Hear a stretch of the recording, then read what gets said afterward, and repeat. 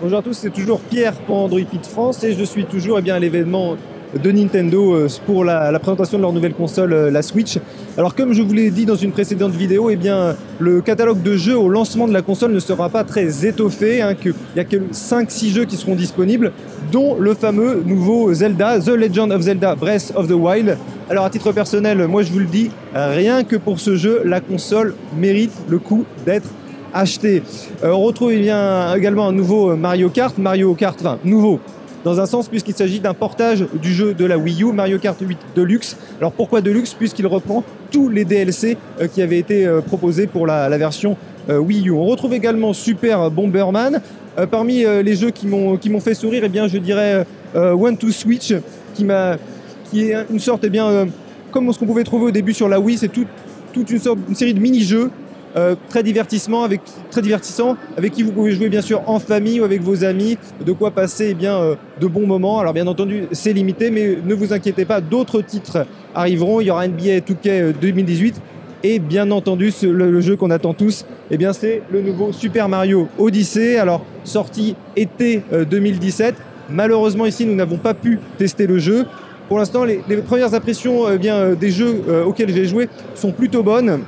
Les graphismes sont corrects. Alors, sur la console en situation portable, c'est une définition HD. Et lorsque vous branchez votre console à la télé, qu'elle devient une console de salon, que vous le branchez à votre dock, la définition passe au Full HD. C'est amplement suffisant à la fois sur votre télé, mais également sur votre console portable. Zelda, puisque c'est le jeu finalement le plus important et le plus intéressant qui sortira pour le lancement de cette console. Et à l'image de la série, le monde est vaste, les graphismes sont corrects, l'histoire s'annonce palpitante et on sent une possibilité énorme dans les séries, dans tout ce qui peut se passer à l'intérieur du jeu. Bref, j'ai été totalement séduit par ce jeu.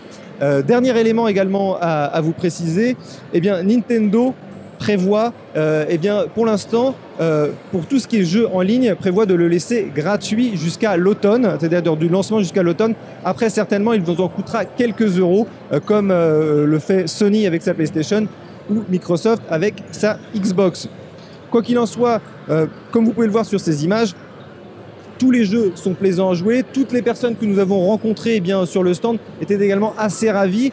Et globalement, même si Nintendo, des fois, nous déçoit toujours un peu, on finit toujours par revenir à nos premiers amours. Et cette Nintendo Switch est un peu à l'image de ce paradoxe. On aime et on n'apprécie pas également d'autres aspects, mais c'est une console qui a le mérite d'exister et qui est le bienvenu dans le paysage des consoles et qui pourra également faire un peu de l'ombre à ce que nous proposent Sony et Microsoft.